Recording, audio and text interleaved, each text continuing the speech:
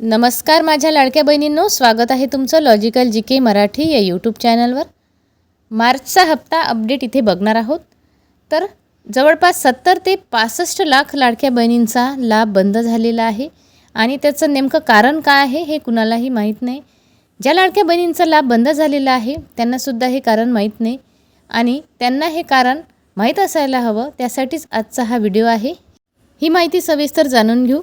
तत्पूर्वी मैत्रिणींनो, चॅनलवर नवीन असाल आणि चॅनलला सबस्क्राईब नसेल केलं तर प्लीज चॅनलला सबस्क्राईब करत चला। अशाच खात्रीशीर बातम्या तुमच्यापर्यंत लवकरात लवकर पोहोचण्यासाठी चॅनलला सबस्क्राईब करणं अतिशय आवश्यक आहे। त्याचप्रमाणे व्हिडिओला देखील लाईक करत चला। व्हिडिओ महत्त्वपूर्ण आहे, सगळ्या बहिणींपर्यंत जास्तीत जास्त शेअर करा। तर आपण न्यूज चॅनल आणि वेगवेगळ्या सोशल मीडियाच्या माध्यमातून बघत आहोत की लाडकी बहीण योजनेतील 70 ते 65 लाख लाडक्या बहिणींचा हप्ता जवळपास बंद झालेला आहे आणि त्याचं नेमकं कारण काय आहे हे कुणालाही माहीत नाही।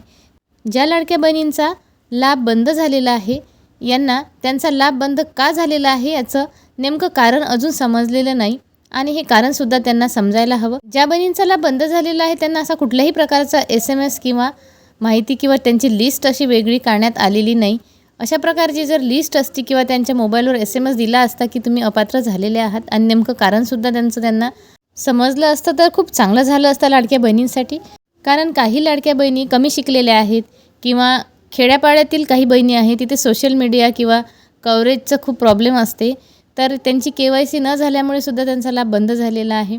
आणि ज्या बहिणींना समजते त्या काहीतरी करू शकतात, परंतु ज्यांना काही समजतच नाही त्यांच्यासाठी सुद्धा शासनाने एखादी उपाययोजना करावी आणि त्यांना त्यांचं कारण समजायला हवं की त्यांचा लाभ बंद का झालेला आहे।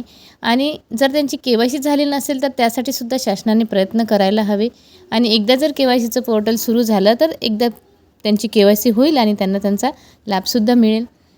लाडक्या बहिणींचा हप्ता का बंद झालेला आहे त्याचं कारण आता अधिकारी सांगणार आहेत, म्हणून आपल्यालाही आपल्या राज्याच्या महिला व बाल विकास कार्यालयात जाऊन चौकशी करावी लागणार आहे।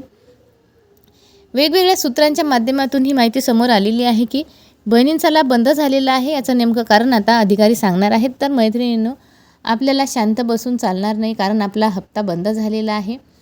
ज्या लाडक्या बहिणींचा हप्ता बंद झालेला आहे त्यांनी त्यांच्या जिल्ह्याच्या स्तरावर जे महिला व बाल विकास कार्यालय असते ना, तिथे जायचं आहे आणि तिथे जाऊन आपल्या फॉर्मचं स्टेटस चेक करायचं आहे। आपलं आधार कार्ड घेऊन जायचं आहे, आधार कार्डवरूनच आपल्या फॉर्मचं स्टेटस चेक केल्या जाते आणि तिथे तुम्हाला समजणार आहे की तुमचा लाभ बंद का झालेला आहे, नेमकं तुम्ही अपात्र झालेला आहात का किंवा KYC न केल्यामुळे तुमचा लाभ बंद झालेला आहे। लाडक्या बहिणींनो, तुमचा लाभ बंद झाला असेल तर तुम्हाला शांत बसून चालणार नाही। तुम्हाला तुमचा लाभ बंद झाल्याचं कारण आधी शोधावं लागेल आणि नंतर पुढे त्यावर उपाययोजना करावी लागेल, नंतरच तुमचा लाभ सुरू होणार आहे। केवळ KYC न केल्यामुळे जर तुमचा लाभ बंद झालेला असेल तर तो सुरू होऊ शकते, त्याचं फक्त KYC पोर्टल एकदा सुरू व्हायला हवं, मग तुमचा लाभ तुम्हाला मिळणार आहे, कारण तुम्ही पात्र बहिणी आहात।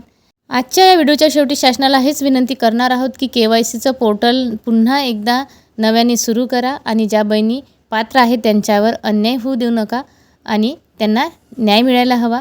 तर मैत्रिणींनो, अतिशय महत्त्वपूर्ण बातमी आहे, सगळ्या बहिणींपर्यंत शेअर करा, व्हिडिओला लाईक करा।